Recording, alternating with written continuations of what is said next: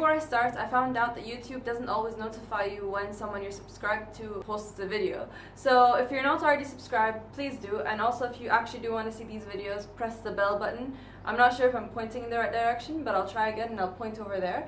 And let's begin. There is a lot I want to talk about when it comes to meaning and the meaning of life, when it comes to philosophy, when it comes to what Dr. Frankl was saying. But I'm going to stick to 2 points. I'm going to keep them more interesting, more relevant to my life in the second portion of this video because, you know, I actually want you guys to hear the first part that I'm going to say. So the first part that I want to talk about is Dr. Frankl's commentary on success, happiness, and how to pursue them and how to achieve them. So what he says is that the way to pursue both success and happiness is not by focusing on success and happiness as the goal. You shouldn't want to be successful and you shouldn't want to be happy. I mean, you should, but then that shouldn't be what you're focusing on, what you're aiming towards. You should be aiming towards a greater cause or a greater purpose, and then this happiness and this success are byproducts. Ever since I read The Happiness Project by Gretchen Rubin, you know, you can see that. I've always believed in happiness as not being your main aim. But I've never looked at success in the way that Dr. Frankl was talking about. That is also something that you shouldn't be striving towards. I had to grapple a little bit with the idea of not having success as your aim, but just the fact that you put of having that greater cause as your aim instead of success, that makes everything make sense to me. This video might be a little pretentious, but bear with me. The main example that I can think of when it comes to this is when me and my friends were climbing Mount Fuji last year. So on the way up, I made a video kind of about it, but not really. But mainly what we did is that we decided in one afternoon to start climbing Mount Fuji, to climb overnight so that we can reach the top and reach the summit for sunrise, and then the next day spend it climbing down.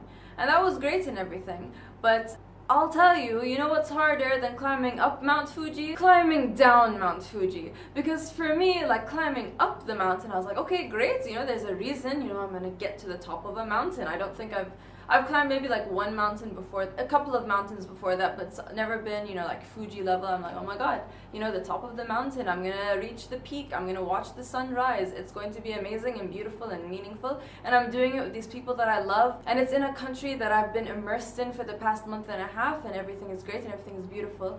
But on the way down, my god, on the way down, the greater cause that we had was just to get down. The greater cause that we had was not reaching the top of a mountain, it was not watching a sunrise, it was literally just we have to get down so we can go back into the city so we can continue with our work. It was such a physically difficult thing for me to do, just to get down from the mountain, because at that point I was tired, I was cold, I was hungry, even though, like, you know, we ate properly obviously, but like I was so tired, and then there was the sun and it was beautiful, so like you can imagine my face climbing down that mountain like but then like looking out to everything that was genuinely beautiful that we weren't able to see during the day. It's like, oh, this is great, this is wonderful, awesome. And I got to a point where as we were walking down the mountains, my friends were talking to these 2 Japanese boys. We were waiting for one of our friends to also come down because he had hurt his leg, so all that was happening, and I was just like, you know what, I can just lie down here.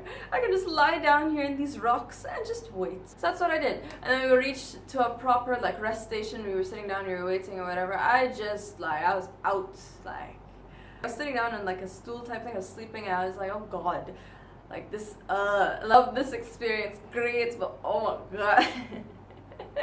In that instance, I really do see how clearly it was that when you have that greater aim, when you have that greater purpose, it's really hard to care about things if you're not actually emotionally invested or you haven't yourself decided to do them. So you should have some sort of greater cause or greater motivation when it comes also to success. But you know, in happiness, I've already believed that, like, that's fine. The second thing I want to talk about is the feelings that you get when you're going through being forced to do something, or when you're going through being things having imposed on you. So I haven't told most people this because it never comes up. I feel kind of bad now because I'm imagining all my friends, my close friends, who don't know this about me. When I went to Hong Kong a couple of years ago in the summer, I actually went for a humanitarian aid conference.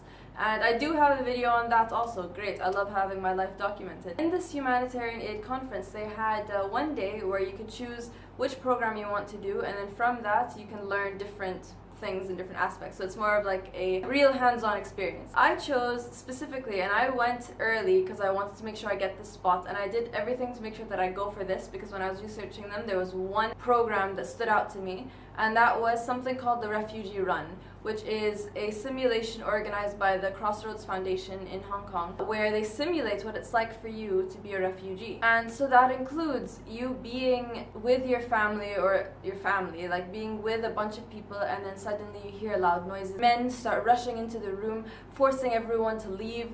It involved people taking your watches and your belongings and forcing you to take off your shoes. It was chaos, it was mayhem. At a certain point, everyone was forced to leave their tents and, you know, stand outside. And then the guards, one really acting creepy guard was looking around and like looking at all the people standing up, and then they started to pick people one by one to go to a room off to the sides. Up until this point, I had been trying to objectify the entire thing. I was like, oh, I wonder how they made that sound. Oh, I wonder what this guy does in the rest of the week of his life. Or I'm just reminding myself this is a simulation, madam. If you ever want to leave, it's okay, you can leave.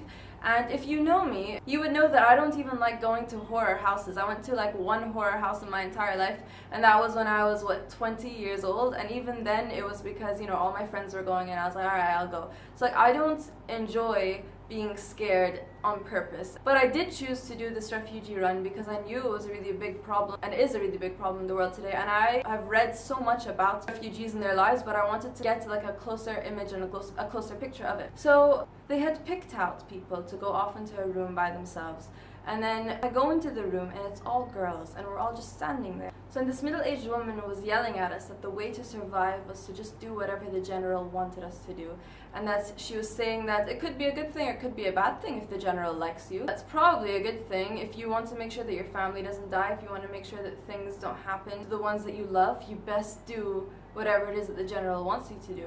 And then she went around the room, asked us to open our mouths to see the health of our teeth and our gums, and then she told us to sit down, kneeling, facing the wall, and just wait, and that the general will come and see us now. And my God. Well, first off, what was running through my mind as I was facing the wall was, wow, I paid for this, one, and two, how far are they going to go? How far is this simulation going to go? And then three, I would never ever be able to explain this to my parents. Yes, mom and dad, this is what happened to me. And I think I explained to them up until the point where like they picked us out to go in a room by ourselves, because I don't know, like I don't want to do this to my parents. At that point, when I was facing the wall, they ended the simulation, and then they started talking to us about the different experiences of people that they know, and what it's really like to be a refugee, but in terms of them telling us instead of us experiencing it. I really did see that attempt to objectify, and I really did see that attempt to try to remove yourself from the situation that you're in.